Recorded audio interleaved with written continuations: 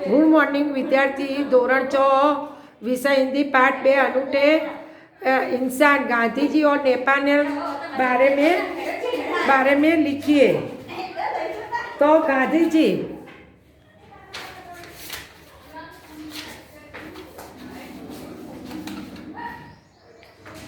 महात्मा गांधी जी का नाम केवल भारत में ही नहीं सारे संसार में प्रसिद्ध है। उनका नाम मोहनदास गांधी था। उनकी माता का नाम पुतलीबाई था। उनका जन्म गुजरात में पोरबंदर में 2 अक्टूबर 1869 में हुआ था। उनकी प्रारंभिक शिक्षा राजकोट में हुई। फिर भी वे इंग्लैंड जाकर बैरिस्टर बने। गांधी जी भारत में अंग्रेज सरकार अत्याचारों के विरुद्ध सत्याग्रह आंदोलन चलाए। गांधी जी के प्रयत्न सदियों से गुलाम भारत को स्वतंत्रता मिली। गांधी जी वे हिंदू और मुसलमान की एकता के लिए काम किया। उन्होंने हरिजनों की दुर्दशा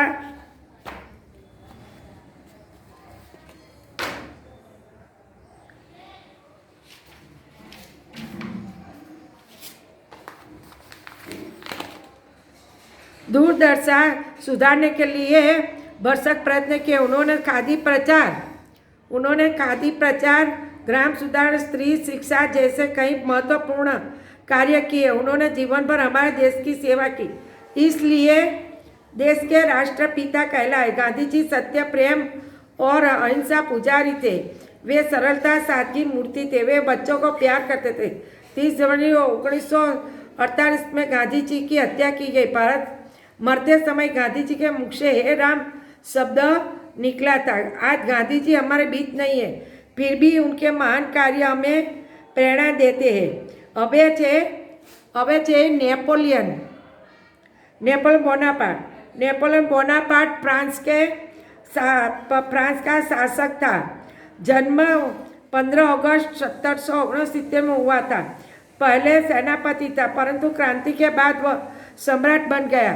उनके फ्रांस के आसपास कई देश जीत लिए। 1812 में उनके रूस पर आक्रमण किया, पर किंतु भयंकर ठंड के लिए बहुत से सैनिक मर गए और आखिर उसे वापस लौटना पड़ा।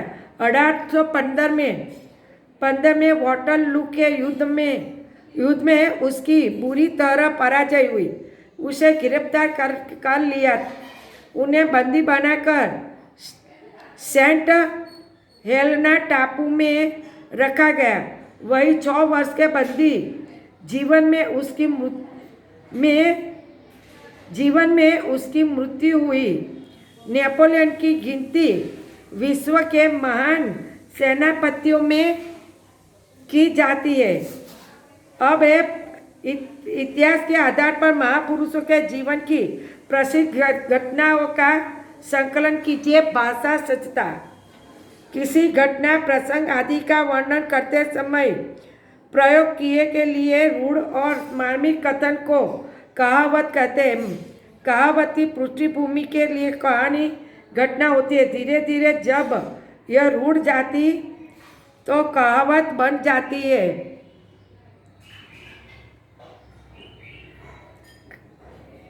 कहावत